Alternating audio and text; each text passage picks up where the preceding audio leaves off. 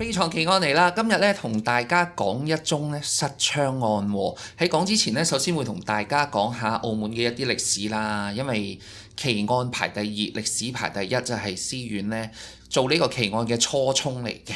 藉住奇案認識下澳門嘅歷史。今日咧我就想同大家講下關於郵政方面嘅澳門嘅郵政。嚟到澳門旅遊嘅遊客好多都會去新馬路啦。去到新馬路咧，好多地方都值得你哋遊覽嘅。議事亭前地嘅噴水池啦，噴水池對面嘅民政總署啦，民政總署值得行嘅，因為裡面呢嗰個建築好典雅嘅，好多時會有一啲展覽睇啦，佢有好多個展覽廳啦。另外佢上面呢仲有一行樓梯級嘅，10級而上，上到去出邊露天嘅位置呢，就係一個好靚嘅綠草如茵，長滿咗好多花嘅花園，各位可以去嗰度影相。細細地好靚啊，但係嗰度同埋咧民政總署大樓裏邊咧，其實係留低咗好多咧當年嘅一啲澳葡政府嘅時候嘅一啲葡文嘅典籍㗎。但係我哋而家係睇唔到㗎啦，因為嗰度係封住咗。但係其他位置好值得去嘅。不過今日咧就唔係講呢個重點。民政總署嘅對面，議事亭前地噴水池嘅側邊有一座澳門郵政局大樓，你哋一去到就會見到㗎啦。入去睇下啦，買下郵票啦。澳門嘅郵政服務咧有樣嘢好抵讚嘅，就係咧澳門嘅郵票係相當之靚嘅。我以前細個咧就有集郵嘅習慣嘅，咁但係後來咧就冇咗啦，因為我本郵票簿俾人偷咗，裏邊咧全部嗰啲過百年嘅郵票咧俾人偷晒。嗰次我好肉赤，因為係我阿爺留俾我嘅，搬屋嘅時候俾人偷咗。咁之後我就冇再集郵啦。隨之而嚟嘅呢，就係我會儲明信片，我去到世界各地呢，都會買明信片嘅。我唔係買啲新嘅喎，唔係旅遊區嗰啲，我係特登去抄啲舊嘅明信片。所以我屋企呢，係有大量嘅好舊嘅明信片嘅，同埋有個習慣，去到邊度旅行都會買明信片同埋寄翻去澳門俾自己。你哋都可以做下呢一樣嘢㗎。同埋澳門嘅郵政大樓呢，其實係歷史相當悠久㗎。嗱，澳門嘅郵政咧，有好多人就係話開始於1884年，但係其實唔係㗎，佢係始於1825年先啱，而再早多20幾年，即係1798年，當時嘅葡萄牙皇后瑪利亞一世咧就曾經頒令要喺葡萄牙全國同埋佢海外所佔領嘅地方都要開辦郵政服務。過咗20幾年之後，就由里斯本試辦澳門航海郵政啦。去到1824年，喺澳門已經有一個郵政執行處，但係由於葡國同埋澳門之間嘅交通唔方便，呢一個服務係冇辦法發展起嚟嘅。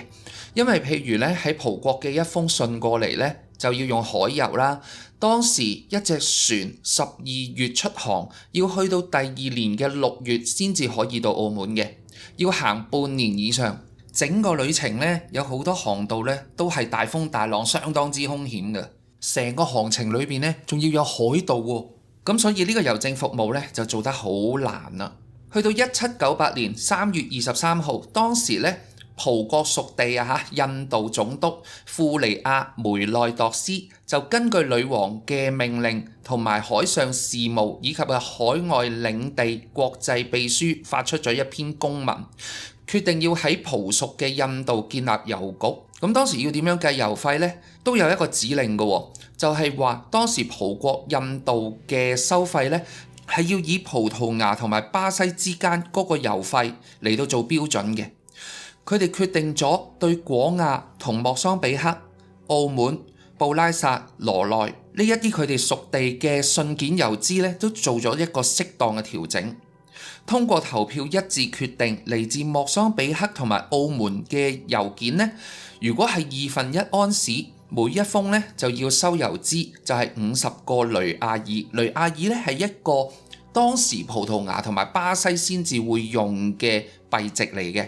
咁計翻今時今日係幾多錢呢？嗱，我哋頭先講啊嘛，一封嚟自莫桑比克或者係澳門嘅郵件，半安士嘅50個雷亞爾，而呢啲雷亞爾其實係一啲銀幣嚟嘅，裡面係含0.9克嘅白銀。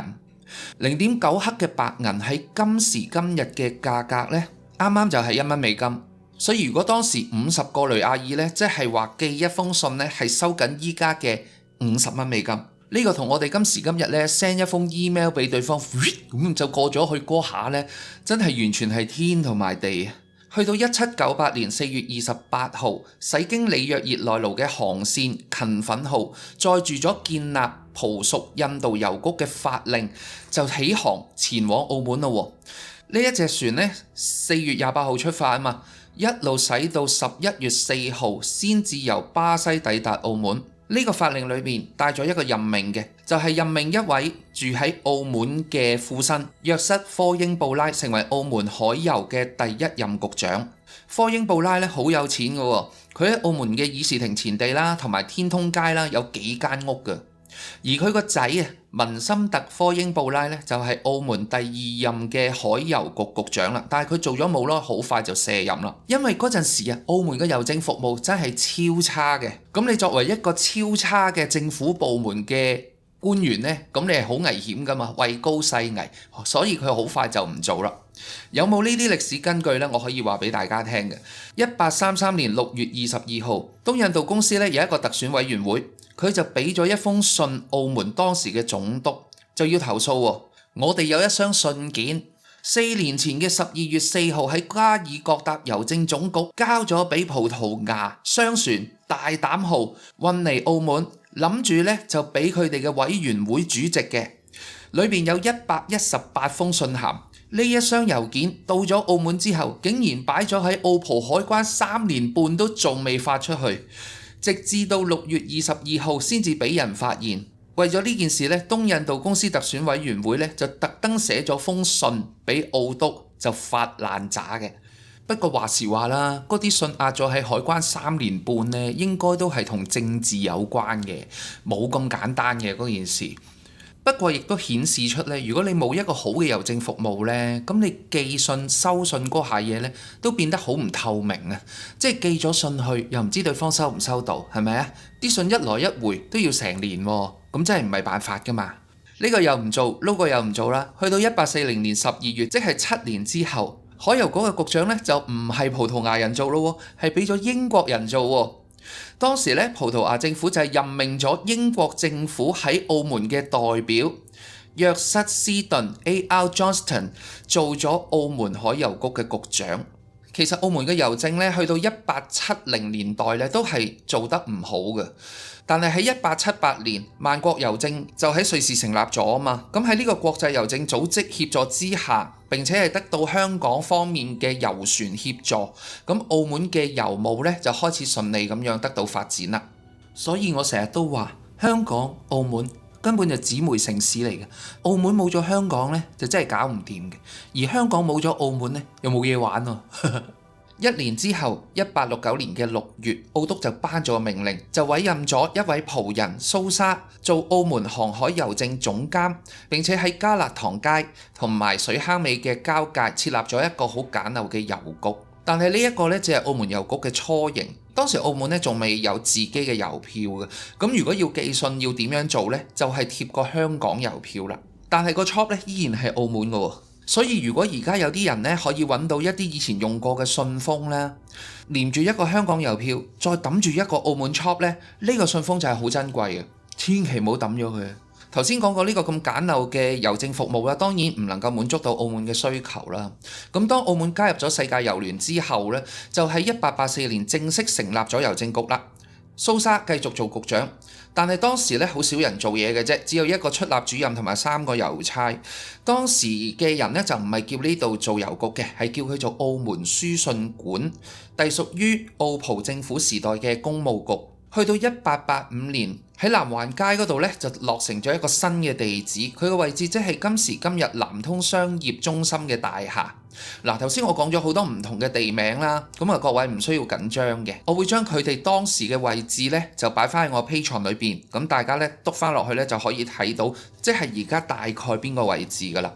澳門啲街名咧好似又長又侵又難記咁樣啦，但係其實你喺 Patreon 嗰度咧睇咗啲 link 咧，你就會發現哦，原來你以前咧旅遊澳門嘅時候咧曾經去過嗰啲地方嘅，只不過你唔知條街叫咩名咁解嘅啫。後來咧，澳門書信館咧亦都曾經搬過嘅喎，搬咗去議事亭嘅樓下。直至到1929年新馬路郵電局大廈落成咗之後呢，先至遷入而家呢一個位置嘅啫。呢一個位置呢，後來呢就統理咗所有嘅郵政服務啦、電報服務啦同埋電話服務嘅，甚至乎後來呢，澳門嘅電台廣播服務啊，嗰啲器材啊，都係設立喺嗰度嘅，係喺郵政大樓嘅頂樓嗰度做廣播嘅。由於當年我仲喺電台做嘢嘅時候呢，有一段時間呢，我就對電台嘅歷史好有興趣嘅，所以我就揾咗好多嘅資料嘅。不過當時呢，電台嘅人就好似冇乜興趣咁，所以我就冇交俾佢哋，我自己 keep 翻咁就算數啦。咁呢啲相片呢，我都會擺喺第2節嗰度，咁俾大家呢可以睇翻。大家就可以睇到呢，以前郵電局個頂樓個鐘樓下邊呢係有一間房嘅，嗰間房呢就係以前澳門嘅電台設立嘅位置。當時呢就唔係叫做澳門電台嘅，係叫做澳門廣播會。而家嗰啲文獻全部都係錯嘅，聽我呢個名就啱噶啦，澳門廣播會。咁除咗呢個郵政總局之後呢，去到20世紀20年代啦，亦都開始設立郵政分局啦。當時第一間分局係氹仔，第二間係路環，第三間喺關閘，第四間呢就設立咗喺內港嘅水警警區裏邊。個名呢好得意喎，叫做捷成郵政分局。嗱，我喺呢度呢就同大家介紹咗澳門嘅郵政歷史啦，同埋澳門郵政大樓嘅歷史。咁各位呢嚟到澳門嘅時候，記得去下郵政大樓嗰度買下郵票。澳門嘅郵票好靚嘅，買張明信片寄翻俾自己。咁各位呢過咗幾日之後呢，就可以翻返去自己住嘅地方嗰度，然之後呢摸下自己嘅信箱，揾翻自己封信翻嚟，咁就可以記得呢自己曾經去過澳門旅遊啦。聽到呢度啦，咁大家應該就好明白澳門昔日嘅郵政歷史啦。喺度多謝大家咁有耐性聽晒先。開始咧講我哋今日嘅故事啦。嗱，首先我要提醒大家一樣嘢，發生失槍案嘅地方咧就唔係郵政局，係郵政局隔離嗰條街。如果你而家企咗喺郵政局對面嗰條馬路啦，面對住郵政局，佢嘅右邊有一條樓梯級嘅，嗰條樓梯級咧就叫做大堂街。以前咧就係一個山坡仔嚟嘅，後來咧就做咗一啲石級，大家可以一級一級咁樣行上去啦。呢一條街咧，如果大家以前有睇過3級片嘅話咧，就會認得呢條街啦。因為張小慧同埋吳耀漢個仔吳家龍嗰套桃色就係喺嗰條街度拍噶啦。佢隔離咧有一間富利洋行。呢一間富利洋行咧喺1960年代咧就已經設立咗噶啦，主要就係經營出入口嘅生意，生意非常之好。後來咧就開多2間添，一間叫做富恒洋行，一間叫做富昌洋行，喺澳門好出名嘅。鋪頭咧係由2兄弟合資經營，一個叫做吳華光，一個叫做吳華利，佢哋一齊經營嘅。我哋以前細個咧行過富利洋行咧，最常見到咧佢就係喺澳門代理屈臣氏蒸餾水嘅。我哋由細到大都係睇香港嘅電視噶嘛，接觸香港嘅廣告，而家都係噶。不過由無線變咗做 ViuTV 啫嘛，係咪？咁睇咗好多屈臣氏蒸餾水嘅廣告喎，其實水又冇乜味噶，不過我哋硬係覺得應該係幾好飲嘅咁。嗰陣時我成日同阿媽講，阿媽，你買支屈臣氏蒸餾水俾我飲啦，因為我細個嘅時候咧飲親咧都係廬山礦泉水，佢加咗啲氣落去嘅，我一飲落去咧，咁樣細路仔咧飲嗰啲冇味嗰啲有氣礦泉水好難頂噶嘛。我而家大個就好中意飲，但我細個好驚噶。阿媽一買廬山礦泉水俾我飲咧，我就話我唔飲啦，我唔飲啦，我飲水牛水算啦。跟住就懟個嘴埋個水龍喉度就去接水牛水飲。細個嘅時候成日哎呀媽，我想飲屈臣氏蒸餾水。而當時澳門嘅屈臣氏蒸餾水咧就係富利洋行代理，佢門口咧擺咗一部水機喺度噶，我哋坐巴士就會見到噶，成日哎呀媽買支俾我飲。除咗蒸餾水之外呢，後來佢哋連環球航空嘅機票啦、意大利出口嘅咖啡豆啦，佢哋都代理到嘅。佢哋好多嘢都係做代理嘅，好犀利。但係有一樣得意嘅呢，就係富利洋行除咗代理咁多中西唔同嘅一啲貨品之外呢，原來佢哋仲係代理槍械嘅喎。佢係可以賣槍嘅喎。喺1970年代尾，澳門呢係有3間槍行嘅，因為當時澳葡政府對於槍械嘅管制係非常之嚴格嘅，好難先至會發牌嘅。而喺1977年嘅時候，澳門只有3間槍店，一間叫做美利發，另外一間就係羅德禮洋行，第3間就係富利洋行啦。頭2間係老字號嚟嘅，富利洋行係後來先至發牌賣槍嘅。之後有人想申請再開賣槍嘅店鋪，已經係唔得啦。點解呢？我會講個故仔俾大家聽。先講老字號先啦，美利發槍店呢，當時位於司打口，就係澳門最古老嘅槍店，喺1920幾年嘅時候已經經營㗎啦。店主持牌人叫做李岳萬，喺佢爸爸嘅時代就已經賣槍支彈藥嘅，主要係賣自衛槍。自衛槍咧向來咧都係受嚴格嘅規定，同埋警方係要調查，但係獵槍咧就可以自由購買嘅噃。以前係邊個政府部門負責嘅呢？就係民政廳啦。而去到1973年就改咗俾警察情報科負責，對申請所有嘅槍支、開槍修改條例都有嚴格嘅限制，絕對唔希望呢啲槍去到不法之徒手上嘅。咁當時售賣嘅槍咧係有幾種，總共係有4種。第一種就係氣槍，第二種就係散彈槍，第三種就係實彈射擊嘅自衛槍，第四種叫做遊樂槍。4種槍都要警方發出嘅槍牌同埋行為紙，槍店先至可以售賣嘅。而想買槍嘅人呢，都要有3個條件嘅喎。第一個叫做綠色槍牌，成員呢就要係大機構嘅老闆，又或者係醫生、銀行界嘅人先至可以優先考慮。第二就係要了解申請人銀行嘅存款，呢個存款係冇規定嘅，但係一定要多咯。第三呢個呢就係一個雞蛋黃色嘅槍牌嚟嘅，乜嘢人可以擁有呢？大機構嘅高級受薪人士，又或者係出納同埋係貸款人。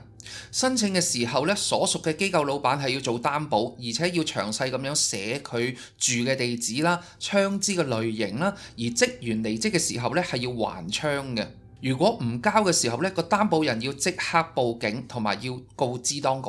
喺1970年代嘅時候，一個有資格領槍嘅人呢，佢可以擁有8支唔同嘅槍械，包括1支自衛槍，即係左輪或者曲尺；2支遊樂槍，唔分長或者短嘅。